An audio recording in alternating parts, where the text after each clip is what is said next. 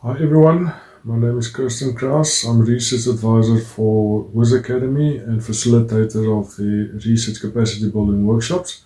Welcome to the WWIS Academy YouTube channel where we empower researchers to excel in their career. Now today I'm going to talk about how to use the inverted pyramid style of writing, especially for introductions and reviews of literature. So stay tuned.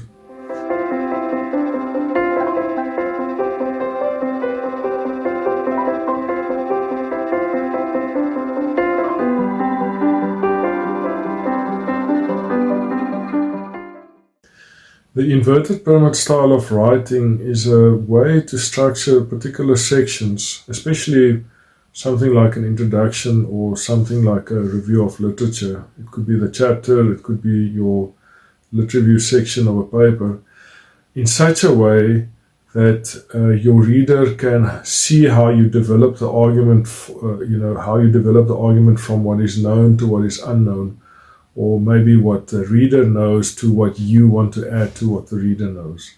So the whole idea of the inverted pyramid style is that in developing your argument or in developing, let's say, a review of literature, you move from the known to the unknown, the general to the specific, or the global to the local. So, for example, let's say your topic is about mobile technologies in rural education in South Africa. But in order to make particular statements about your topic, you need to start with looking at ICTs in education in general, ICTs in education in the international context, and then start moving your argument and incorporating literature that starts zoning in on the particularities of your topic. And so even the way you use keywords, will kind of follow that logic. So you will do searches, for example, on your library database or on Google Scholar, where you use keywords that kind of speak to what is known, general, and global.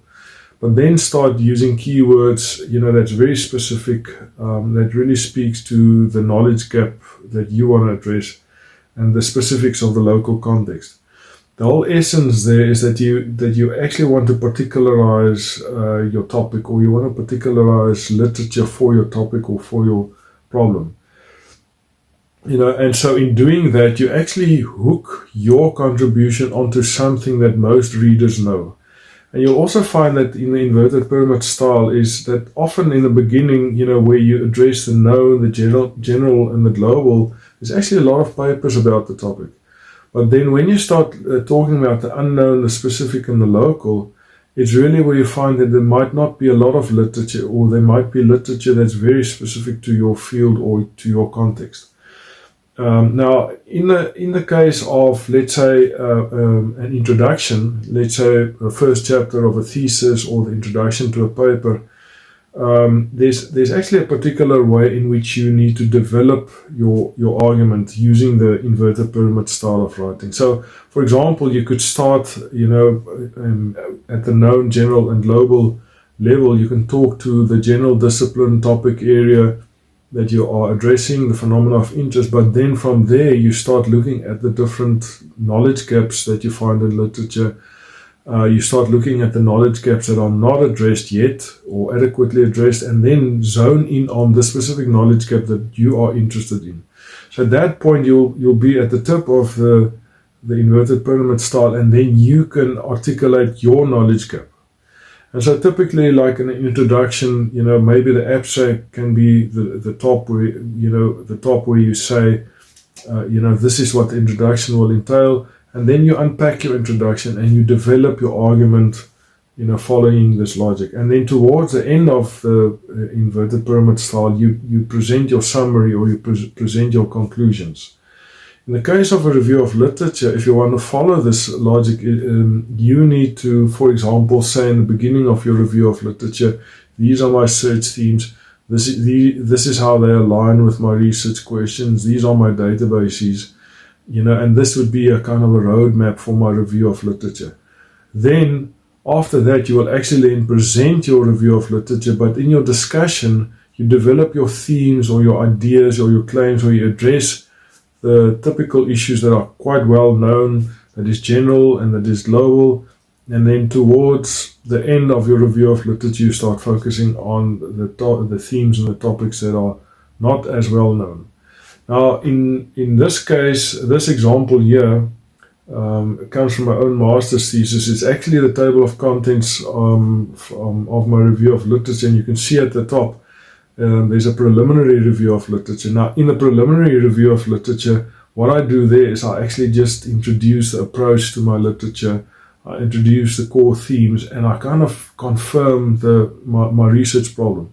Then from there onwards, Nielsen's heuristics, visual aesthetics, I start talking to literature that is known, literature that I find a lot of papers about, topics that I find a lot of papers about. But then I slowly move towards the end of my review of literature, where I talk to the role of introspective ability, something that I didn't find a lot of literature about. And then towards the end, there's my theoretical constraints and my research questions, which really then speak to the knowledge gap. You'll find sometimes in the review of literature there may be multiple topics that you need to develop. So you might have like parallel inverted pyramid styles, or arguments developed in the inverted pyramid style. So you might have the first phase where you talk to, let's say, ICTs. And then you might have the second phase, the second inverted pyramid style that talks to, let's say, mobile technologies, maybe the context of whatever you're looking at. So this example, kind of just illustrates how the inverted pyramid style can, help guide the structure of a lit review chapter. And this example, it's actually a table of contents of an introduction of a thesis from Chuma. And in there, you can also kind of see the inverted pyramid style. So in the beginning, you see the background, it talks about education, technology, drawing from personal experience, women in technology, and then the South African higher education, and then specifically the South African higher education context. And in the same way, the inverted pyramid style also kind of guides this process. Now, a very important thing about the inverted pyramid style is that you need to, as you develop your different paragraphs or your different sections, you need to really focus on claims or themes or ideas. When you use author-driven writing, like in this example, it might be that you actually just, stick together sort of paraphrasing of different ideas of different authors. Often when I, as an examiner or a reviewer see this sort of thing, I know that the student actually just, read the paper and did some paraphrasing, and after paraphrasing stuck these different reflections together, calling it a review of literature. And actually what you need to do is like in this example. Now, this example is really a good one, showing claims-driven writing. So like here, the claim is the field of education technology has been under fire for several decades. And then there's a couple of references supporting that. In this example, it's really a good example of how something develops, but based on claims, how claims, ideas, or themes develop. I want to give you a further example of the inverted pyramid style in a paper that I wrote a couple of years back. Now, in this paper on demonstrating critical reflexive ICT 4D project conduct in rural South Africa, I actually started the paper in the beginning with my first paragraph talking to the sort of well-known issues around ICT project management. So it was kind of general, there was a lot of literature about it, but what I wanted to do is really connect my contribution to what most people in my field would know. So you'll also see that the first sentence of this paragraph actually addresses the theme of the paragraphs. It's like they call it a topic sentence. And so the reason why I would put a topic sentence at the beginning of each paragraph is to actually facilitate scanning. And so, a reader can scan the paragraph, scan the first sentence of each paragraph, and actually, sort of subconsciously, you guide the reader through this inverted pyramid style of writing. So in this case, the first paragraph really closely links to, the title of the paper. But then in the second paragraph, I start zooming in on specific issues. In this case, the second one would be political agenda and assumptions around power relation, which is a more specific issue related to ICT for D projects. The next paragraph looks at cultural context.